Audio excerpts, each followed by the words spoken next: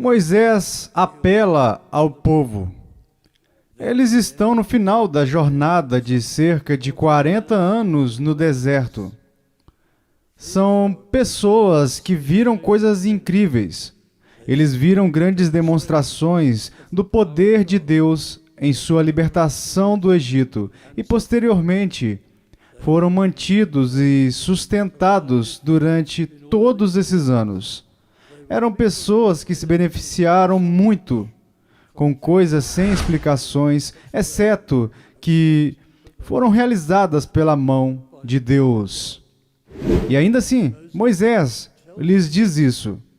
Esta é uma das mensagens finais pregada por Moisés aos filhos de Israel, e remontamos a cerca de 3.500 anos. E apesar disso, as palavras permanecem aqui até hoje. Elas são tão aplicáveis a nós hoje em dia como eram os filhos de Israel há muito tempo. Aqui estão elas. Porém, o Senhor não vos deu coração para entender, nem olhos para ver, nem ouvidos para ouvir, até o dia de hoje. O que vocês estão vendo é uma declaração extraordinariamente profunda dos sinais ou das marcas de uma alma morta. De uma alma morta, inerte e adormecida.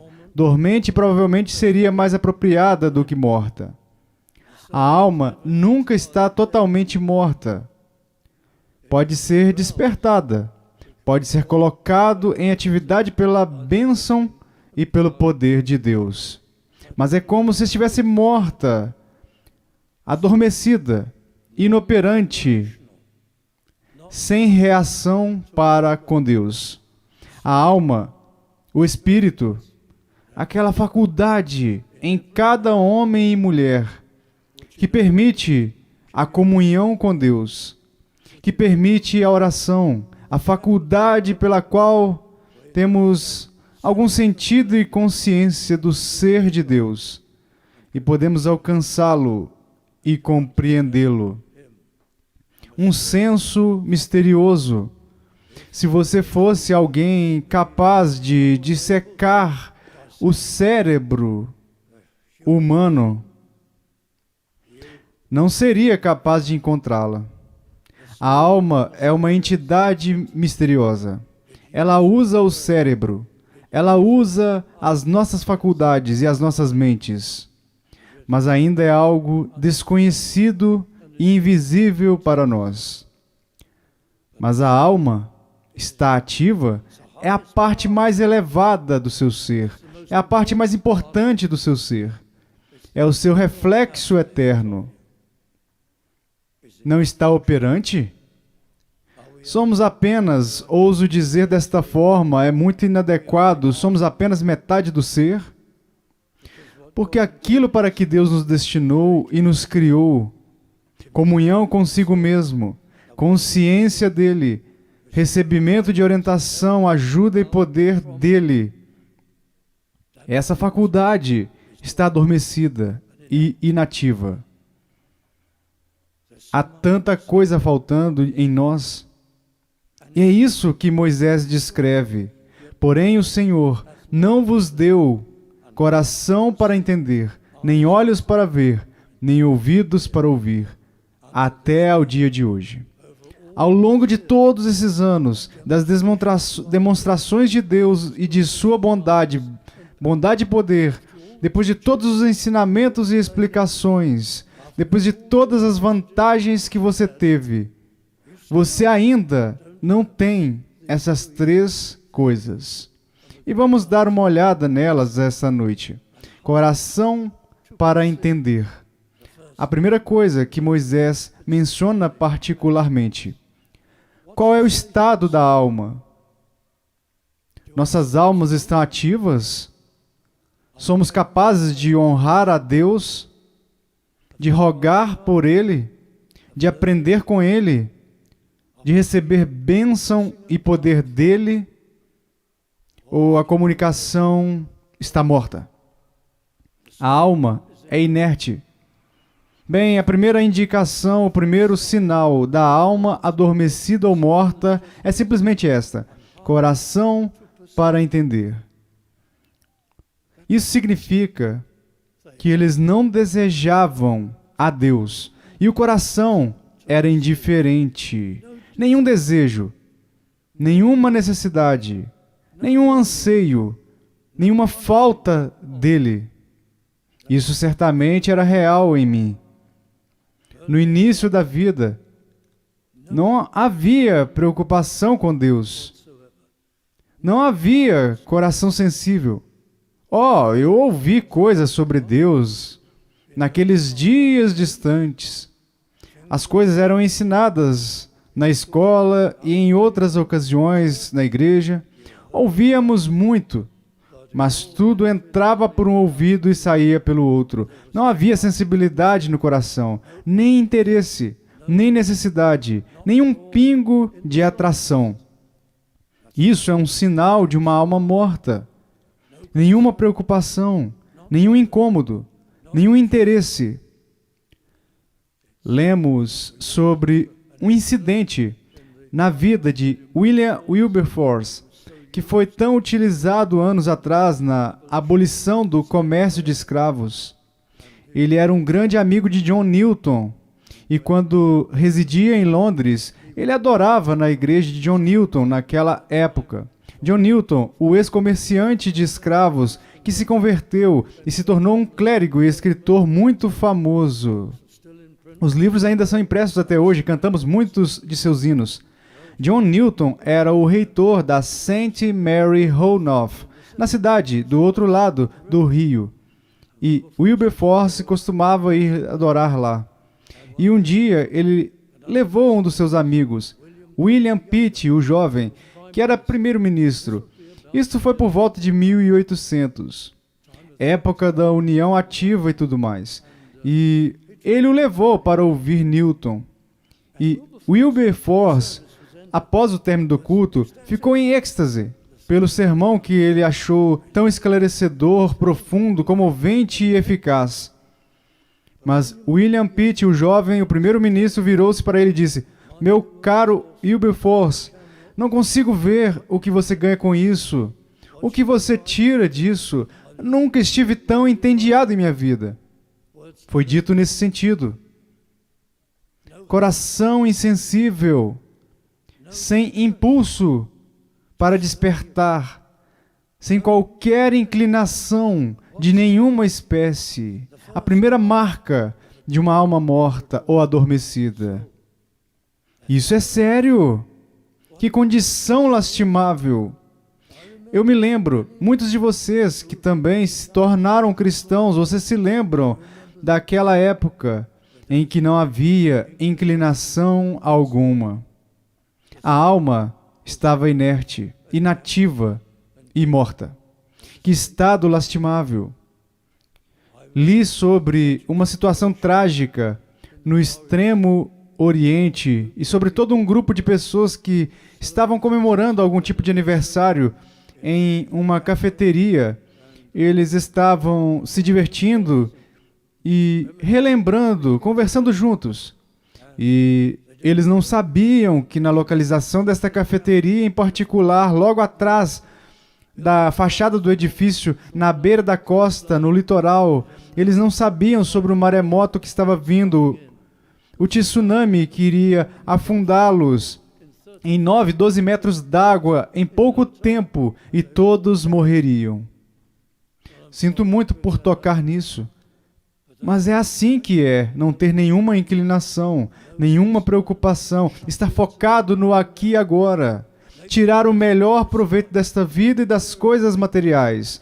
Todas as nossas esperanças e aspirações estão aqui e nos comportamos como se não houvesse Deus, nem reino espiritual, nem eternidade. Mas há um acerto de contas vindouro e um juízo chegando. É um estado trágico de se estar, é um estado miserável. Somos tão limitados. Há uma ilustração antiga frequentemente usada, é como ser um peixinho dourado em um aquário. Lá estão eles nadando felizes, mas não conseguem sair daquele compartimento. E não possuem consciência disso, não sabem como é o mundo fora daquele aquário. Eles são limitados, estão confinados. E assim que é ter a alma inerte, não conhecer a Deus, não conhecer o propósito da vida, não andar com Deus e não ter perspectivas eternas por estar preso em um ambiente limitado. Não reconhecemos a nossa condição, não a compreendemos, não entendemos nada além da esfera física. Coração para entender. Orem a Deus para que lhes dê um senso de urgência, uma inclinação. Se for o caso, rogue a Ele que o ajude. Ele ajudará. Há uma ilustração que uso com frequência, sabe? É algo que vocês nunca encontrarão. Você pode descer a rua principal e olhar nas vitrines e ver as mercadorias expostas.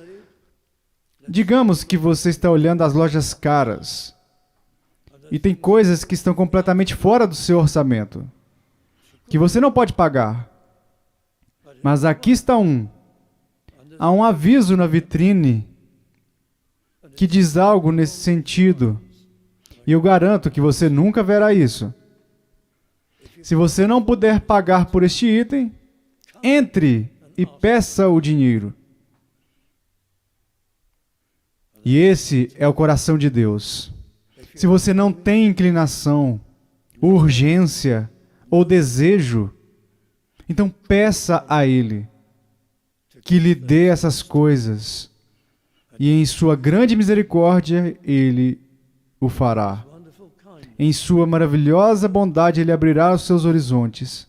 Ele dará sede e desejo de conhecê-lo e encontrá-lo.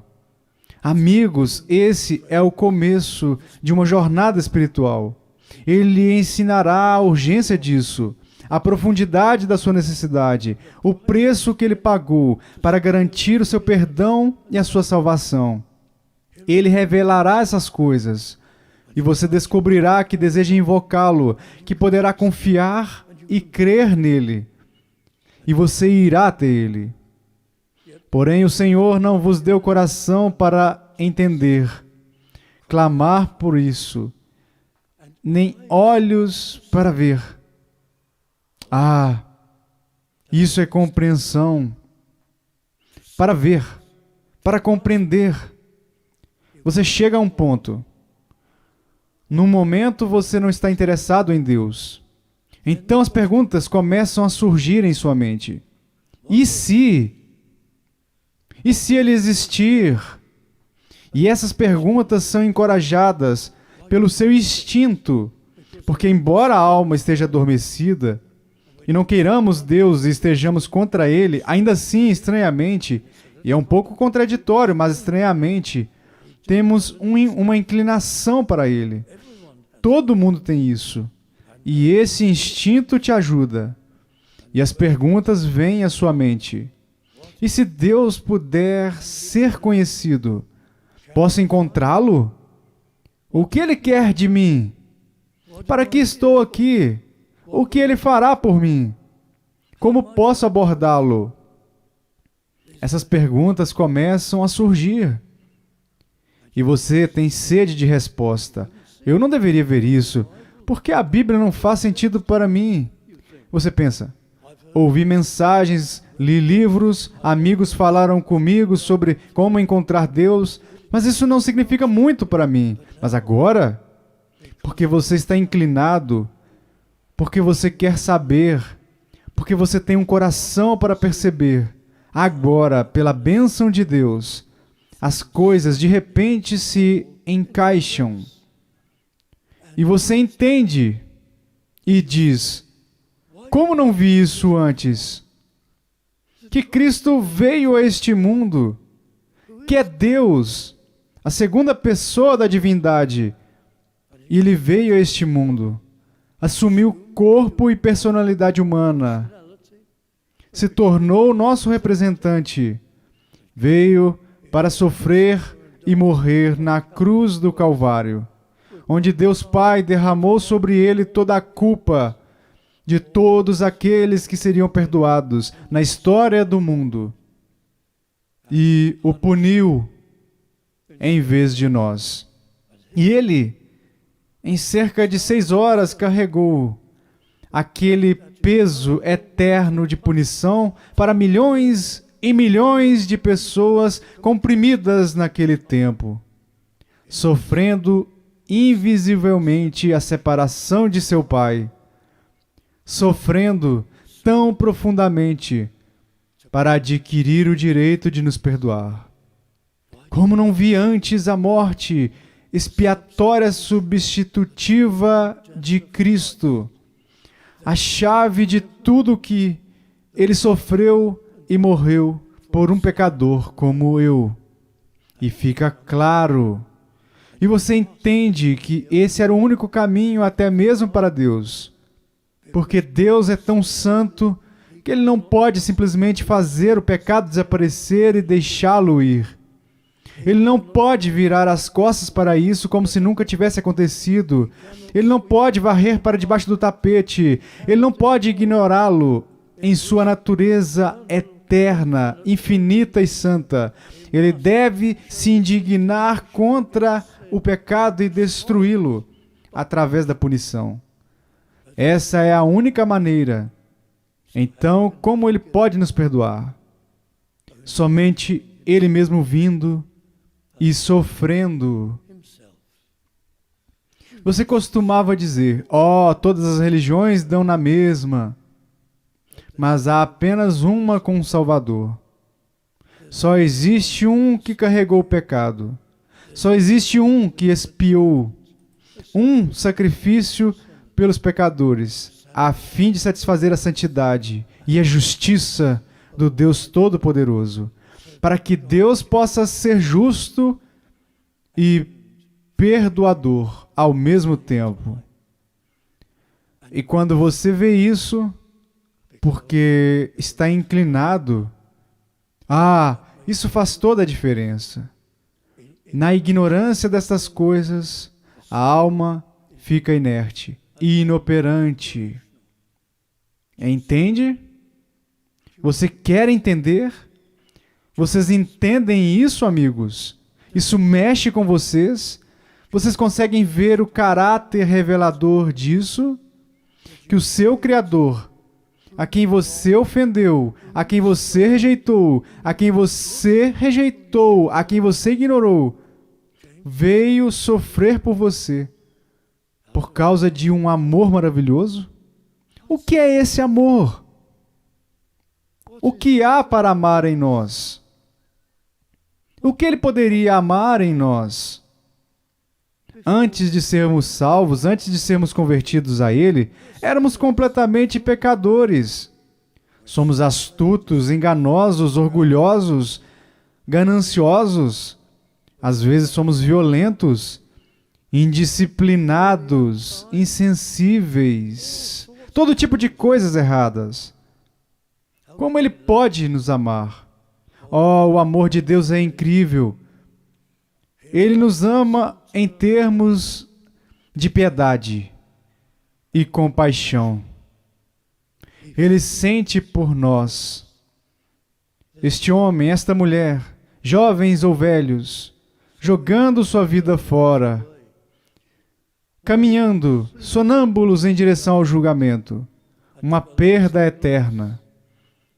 Este jovem, este idoso, à beira da morte, descuidado e indiferente, prestes a sofrer.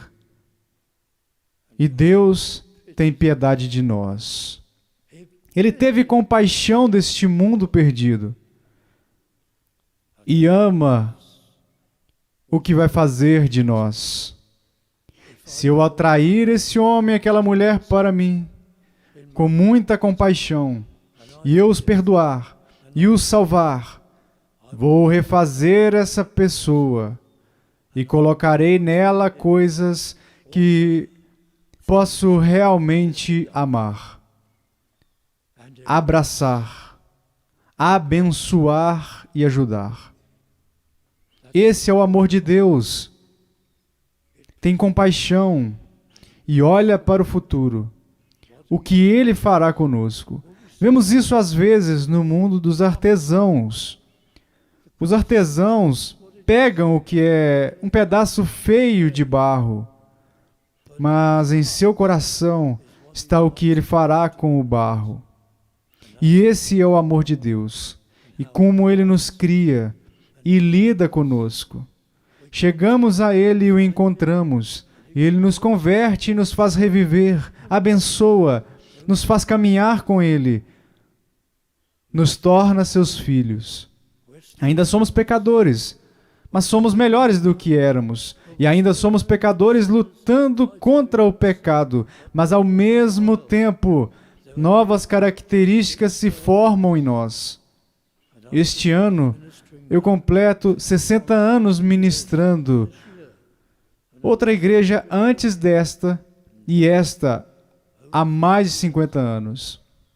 Queridos amigos, tenho visto tantas pessoas mudarem. Pessoas violentas tornam-se gentis, pessoas más tornam-se generosas, pessoas odiosas tornam-se pessoas boas, pessoas completamente insensíveis se tornaram sensíveis, receberam compreensão e consideração, pessoas triviais tornam-se pessoas sérias. Quando Deus trabalha em vidas, é maravilhoso o que Ele faz e como Ele nos muda. Sem Ele, somos vítimas da nossa natureza pecaminosa e pioramos cada vez mais com o passar do tempo. Você é um escravo da sua natureza pecaminosa, até chegar a Deus. Mas aqui estão os sinais da alma morta, neste 4º versículo. O Senhor não vos deu, orem por isso, coração para entender, nem olhos para ver, entendimento do caminho da salvação. E o terceiro aqui é ouvidos para ouvir. O que isso significa? Ora, é simples. Uma resposta a Deus. Os olhos para ver. Você entende o caminho da salvação. Cristo veio, sofreu e morreu. Se eu confiar nele, correr para ele, entregar a minha vida a Ele e me arrepender do meu pecado, Ele me abraçará, me mudará e me acolherá. Agora, ouvidos para ouvir, eu farei isso? Tenho ouvidos para ouvir o chamado de Cristo, a ordem para me arrepender, o convite para me curvar, beber e viver da fonte da graça e receber uma nova vida. E a companhia do Deus Todo-Poderoso, vou ouvir e obedecer. Essa é a implicação. As 3 coisas. Se a alma estiver morta, nunca obedecerei a Deus. Eu nunca responderei. Eu nunca vou me arrepender. Eu nunca vou dedicar a minha vida e entregá-la a Ele. Eu nunca confiarei nele. Eu não farei isso. Não há obediência em mim. Mas se a alma recebe vida, eu ouço o chamado de Deus e o meu coração amolece. Eu respondo, me arrependo da nossa vida pecaminosa e confio em Cristo, que é infalível para me mudar. E confio no que Ele fez em carregar o meu pecado em meu lugar, se eu confiar nele. E eu posso fazer isso. Eu ouço e obedeço. Amigos, vocês têm uma necessidade moral. Todos nós a temos. Uma necessidade moral do perdão de Deus e do poder sobre o pecado. Você precisa desesperadamente de Deus, do perdão e da força para resistir ao pecado. Você sabe que às vezes, especialmente antes de se converter, coisas terríveis foram ditas. Grandes rupturas entre o marido e a mulher, os amigos, o pai e o filho. A natureza humana pode ser tão rancorosa e cruel. que as pessoas machucam umas às outras. E às vezes você disse para si mesmo: eu gostaria de não perder a paciência. Eu gostaria de não ser assim. Se pudesse ser diferente, isso nunca teria acontecido. Mas você não é capaz. E talvez uma ou duas vezes você controle isso, mas você recua e piora. O pecado terá cada vez mais domínio sobre você. E você será mais culpado diante de Deus. Você tem uma necessidade moral de ser purificado de todos os pecados que já cometeu e de ter força para vencer características e tendências pecaminosas. Você tem uma necessidade mental. Antes de vir a Cristo, você não conseguia responder às grandes questões. Por que estou aqui? Do que se trata a vida? Para que serve tudo isso? Às vezes, se você fica muito deprimido ou triste, teve uma grande decepção, isso pesa muito sobre você. Você normalmente deixa essas questões de lado. Para que estou aqui? Qual é o sentido da minha vida? Devo continuar? Você tem uma necessidade mental. Essa necessidade mental, a necessidade intelectual, é satisfeita quando você vai a Cristo. Agora encontrei Deus, encontrei o Salvador, conheço o sentido da minha vida, sou um ser criado por Ele, para a eternidade com Ele. Ele é o meu ajudador, o meu Salvador e o meu Senhor. Ele me dá um novo sistema de valores. Aprendo com sua palavra, eu caminho com Ele. Lanço todos os meus problemas aos seus pés, todos os grandes porquês da vida. Por que isso? Por que aquilo? Minha pergunta mental intelectual é respondida quando vou a Cristo. Sim, você tem uma necessidade moral, uma necessidade mental, uma necessidade espiritual. Grandes necessidades. Venham a Ele, amigos. O Senhor não vos deu um coração para perceber. Orem por isso. E olhos para ver. Que você possa ver o caminho da salvação através de Cristo Senhor. E ouvidos para ouvir, obedecer e responder com urgência, sinceridade total. E você será salvo.